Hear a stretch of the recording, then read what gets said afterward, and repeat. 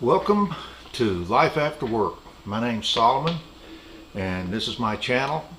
The one channel you will always be able to ask the question, what in the world is he going to do next? Because I won't know. This is my life after work. I'm a little slow getting this next video out, partially because I had issues, as many of you know, with sound and what have you. But I figured all that out. Then I got on Power Director 13 and I lost focus because I started pushing buttons and seeing all the neat stuff that it does. So I guess I've spent a lot of time trying different things, and when I got done with this video it was over a half hour long, and I said that's ridiculous. So I started going back and looking at ways I could, get it back in the proper range. I think I've done that, and so that I don't add a lot of extra time to this video, I'm going to stop right there and start the video. Here we go. This is a redo because once again I got a couple of things backwards on here. I think I've got the sound problem worked out. I had a dead battery in the microphone, but it was the one that came from China with the microphone, so that's not surprising. So instead of going through and remaking the whole marinade thing, here it is. It's been marinating now for about 45 minutes, and when I say it's been marinating, that's exactly what I mean, because I like to marinate my marinade. I put dry ingredients into wet ingredients, and I can put it immediately on the meat like I used to do and most people do, but I like to let it sit for about an hour and let the dry spices infuse the liquids. That way when I put it on the meat it's already infused and it goes to work right away. So instead of going back and redoing that, let me just tell you what I have. I use tamari. Now, any soy sauce will do. Tamari is simply a gluten-free soy sauce with reduced sodium. I do that because I've been on a cardiovascular diet since I was 30, and I always do little to no sodium. I use an extra virgin olive oil. That's my choice. That's been in the cabinet my entire life, so I like to use that. You can use any vegetable oil that you're comfortable with. I also use balsamic vinegar. Now, some people don't like the balsamic. They think it's a little strong. In a marinade, it doesn't come across that way because you take it off the marinade. But you can use red wine vinegar. That's perfectly all right. Then I start, and by the way, those measurements of soy sauce I have a cup of soy sauce, a half a cup of vegetable oil, and a half a cup of vinegar. I try to keep that balance like that, otherwise the vinegar will just take over the whole thing. I then go to oregano. You can use as little or as much as you want. I use 2 teaspoons of oregano. Along with that, I use the sweet basil or basil, however you want to pronounce it, and I'll typically use 1 teaspoon of the sweet basil. I have garlic and herb dressing, herb seasoning. You don't have to use something like any garlic. Basically ground garlic is all you need, and you don't even have to do anything to it. Just take it out. I use a full teaspoon, or let's say I use a full teaspoon of garlic powder. I have this, which is garlic and rosemary. Rosemary being the bigger word. There's more rosemary than there is garlic. I'm not using that much now because I have a beautiful rosemary plant out in the garden, and I go cut fresh rosemary, and believe me, it has more fragrance than you'll ever get out of one of these bottles. Parsley, I typically do about a half a teaspoon of parsley. That's up to you. You can leave the parsley out. That's the way I originally got the recipe, so that's what I do. And then I'll do a half a teaspoon of black pepper, just plain black pepper. So that basically are the ingredients. I put them in a jar. It's a quart jar. It's a mason jar. It's got measurements on the side. But truthfully, it's just a mason jar. It doesn't matter how much you put in it as long as you fill it up. Like I said, I am now letting it marinate, about to take it off the marinade. So I'm ready to go. Now what?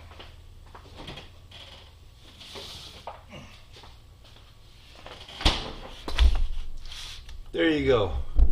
There is my lamb.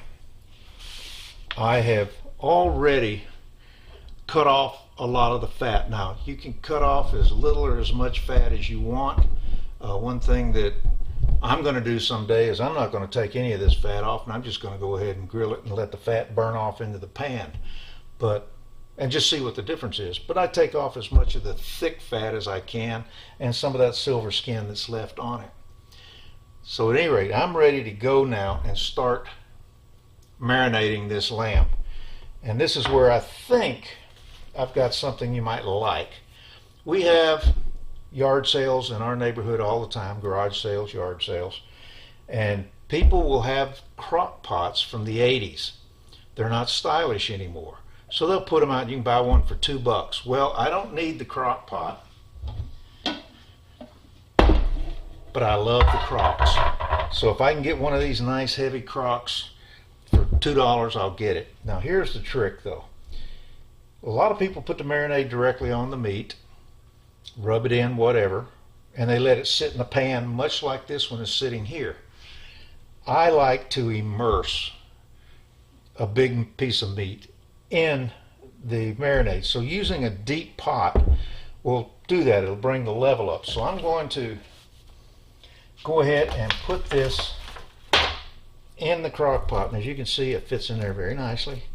And I do this regardless of what I'm getting ready to marinate. I then just, my hand's slippery now from handling that meat.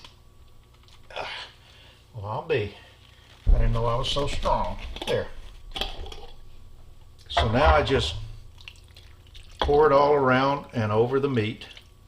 And this is enough in this recipe to cover a leg of lamb like this. Now you may want to have this recipe for the marinade if you're doing chicken and you're not doing very many pieces.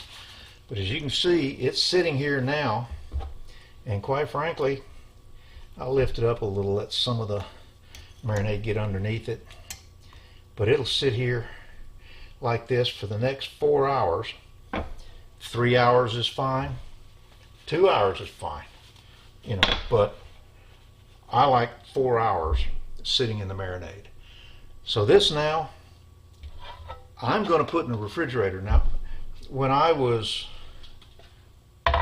making this, and the narration you missed, was that all of these ingredients come out of my pantry. They're not refrigerated. So when you put them together, you don't have to refrigerate it. And in fact, if you refrigerate it, the olive oil will thicken and congeal. It won't ruin it, but it just, you'd have to let it sit out for a while. It doesn't have to, this doesn't have to be put in a refrigerator. So now I say, okay, I'm putting it over the meat, but I'm going to put it in a refrigerator. It's only going to be for a few hours, and it's more to protect the freshness of the meat, and it won't congeal the olive oil for that amount of time. So this will work well. And frankly, now that the spices have been marinated into the oil itself is infused. After I cleaned this lamb and took all the water back off of it, it's now soaking in and it's getting a good marinade. So I'm pretty happy with it as it sits. So I'm going to put this in the refrigerator, and I'll be back in a little while. This is handy. So here we go. I'm now going to remove the marinated lamb, and I'm telling you what, it's looking good to me. So here we go. Now, there is an issue here, and that is that you should be able to roll up this lamb. And quite frankly, It doesn't always exactly roll, but you can roll it as you tie it, and it's tying it up. Now what I do, I roll it and bunch it up with the external piece underneath. Now let's see, I got my one. Here we go. Got one piece here. I got a middle piece here. Still there. You gotta adjust things once in a while. Tighten it up with my hands. And then I'm going to tie a knot. Now this is a knot that I've seen. Let me take these off now. I don't need them. I don't remember where I saw this. Been a long time, but it's basically called a surgeon's knot. So I'm going to get as close to the middle as I can, and I'm going to wrap it around. Oh, we call it an overhand knot. I'm going to do another overhand. This is a locking stitch. Hi, sweetie, I'm videoing. Okay. Welcome aboard. Hope you enjoy the trip. Oh, yes. Put your seat backs and tray tables in the upright and locked position. There we go. Now, this, depending on how they're cut, you may have to have more string, one overhand knot, a second overhand knot, pull it tight, pull it up, so that, and then do a lock knot, which is just an overhand knot, and do it on the other side. And if you have to add another one, string is cheap. So here we go. That's another one, and I'll lock that in place. So now, do I think I need another one? Well, truth is, sorry about that. Truth is, I think I do, but I think I'm going to go the other way around. But I really need to make sure I don't make it hard to get my spit through it. First of all, let me take off the excess here. There you go. I'm going to take off some more excess on each one of these because they've been locked in. They'll hold now. And then just off center, probably, and I'm going to set this back ready to go. So I'm going to move outside and we're going to spit it up. Not spit. We're going to put it on a spit, and I'll be right back. From this point forward, I'll have to narrate what you see on the screen. Basically, it's just now out at the grill. I'll show you how I put it on the spit. Pretty simple stuff. You can skip past this if you want. But even though there are a lot of people who grill, I found very few actually use a rotisserie. I like that. To me, that's a lot of fun, putting chickens on. So here I am just fiddling with it, getting ready to put it on the spit. You want to find as close to the center as you can. I put my hand on the other end because you can actually feel this thing working its way through. And you want it to come out as close to the middle as you can. If you don't, there's a possibility that, well, it's going to flop around a tremendous amount. This one will probably flop anyway. But once you get it on, you start with one spike. You always got to get that first spike on the rod, because once you get the meat on the rod, you can't get the spike on. So you got one on there. Then you put the other one on.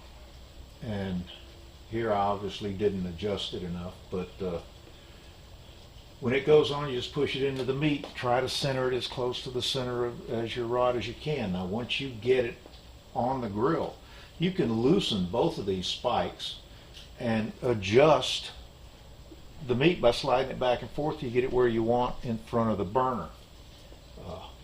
That's just, you know, it's information, but it's actually a lot of fun. Well, later. Oh, there you go. We're out here at the grill. I hope you hear all this.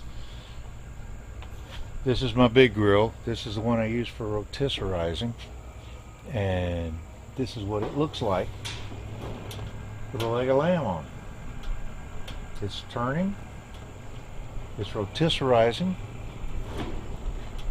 And quite frankly, I'm satisfied with where we are right now, but give me just a minute. Okay, what I've done is to go get this. Let me see if you can eat. I don't even know if you see it. I don't know if I see it. Here we go. So here we go. This is that temperature gun I told you about. I'm going to put this right on the back burner.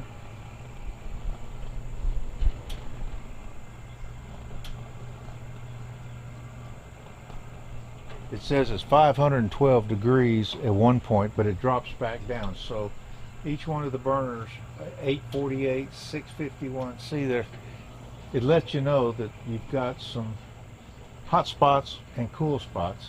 I'm going to, don't do this. I'm probably going to adjust that. You can adjust it anytime, just turn it off. Grab your gloves, remember those gloves, good gloves, and slide it closer to the center so you get a little of heat on both sides and the middle. But it's beginning to look good. Let's see here. Let's wait a minute. I want to make sure you get this. There you go. Look at that. There you go. Going to let it go for a minute so you can focus. This is good. This is going to be good when the thing is, every leg is different. This one has this big mass. I tried to tie it up, but the fact is I couldn't. Well, when I get ready to check the temperature, these thinner areas are going to be more well done, but that thick area, that's probably going to be mine. That's going to be the one that, wow, I'm going to love that one. So anyway, that's it for now. I'll be back recording. I'm not sure if it is or not. Let me zoom you in. This, as it is right now, I'll stop this and I'll quit shaking it so much. But this is our leg of lamb. It's still turning. I will begin checking the temperature in about 20 minutes. But for right now, enjoy.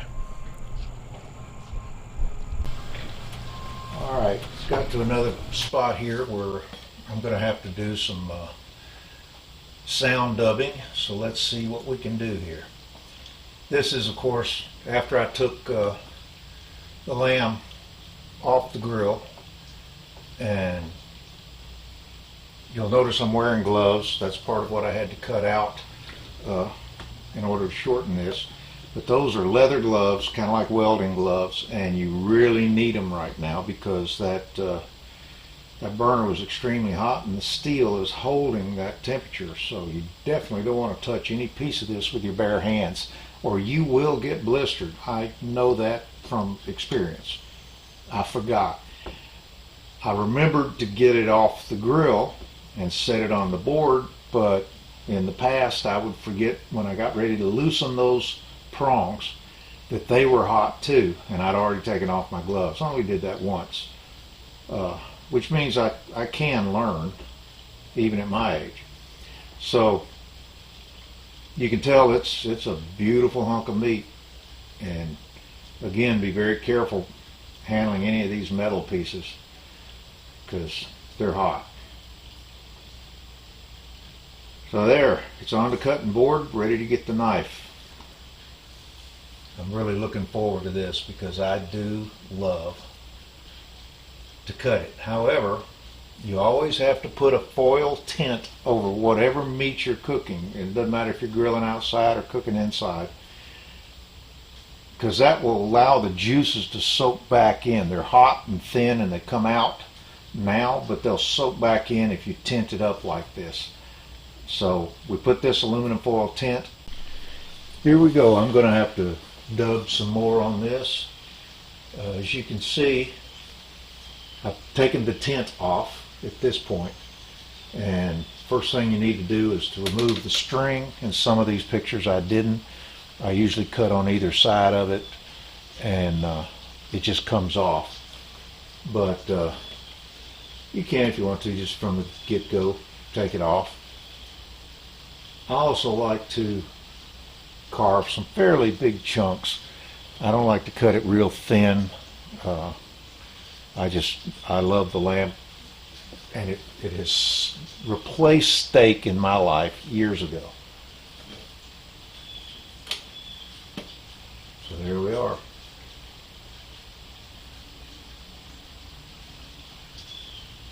I was getting a little assist there from the wife.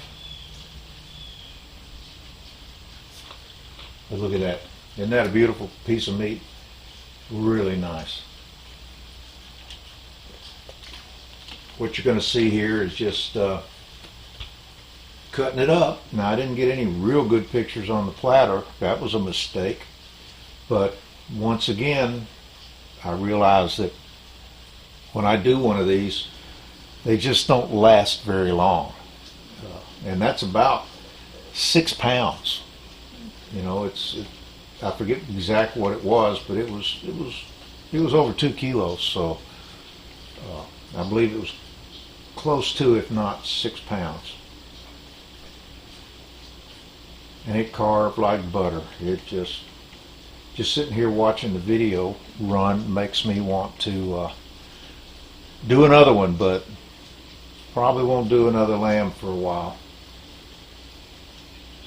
There you go.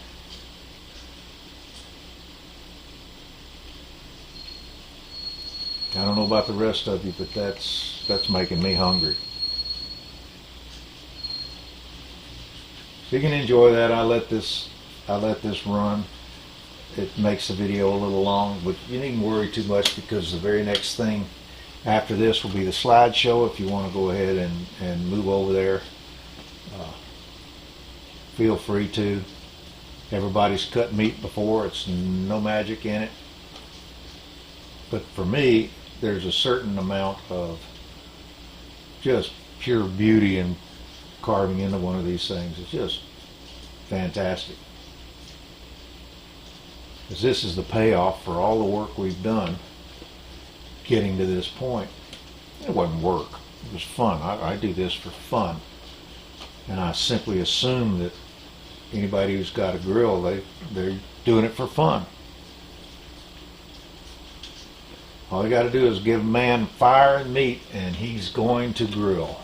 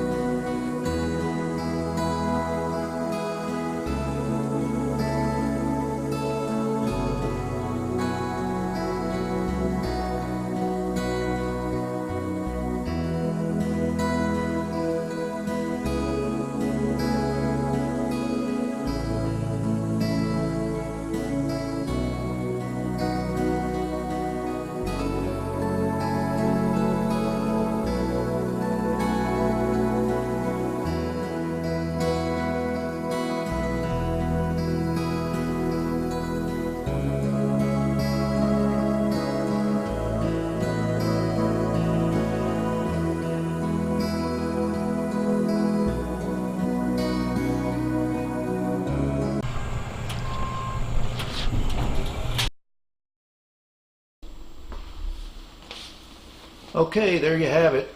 That was a combination of my Labor Day cookout, and a week or so later we were out of lamb, so I had to do it again. I just had to. It's one of my favorite things. We're now at the end of we're past the end of summer. We're now into fall. The weather has turned. It's chilly outside. It's raining. I'm not really crazy about all the cold rain, but that's all right. At any rate, I thank you for stopping back in, and on my next video, I've decided rather than getting into the ships and trains right away, I want to show you how I built my studio, because I did this last summer in order to have a place to do anything, and it's in my garage, but it works pretty well for me. So I may just go through some stuff. I had taped a little bit, I had videoed some, I had taken some stills. Maybe I can put all that together into something that makes sense. And then of course I'm always open to suggestions, so please comment down below, and if you're just checking in for the first time, subscribe, and you'll be able to find out what in the world I'm going to do next time. Thank you very much, and hopefully see you on the flip side.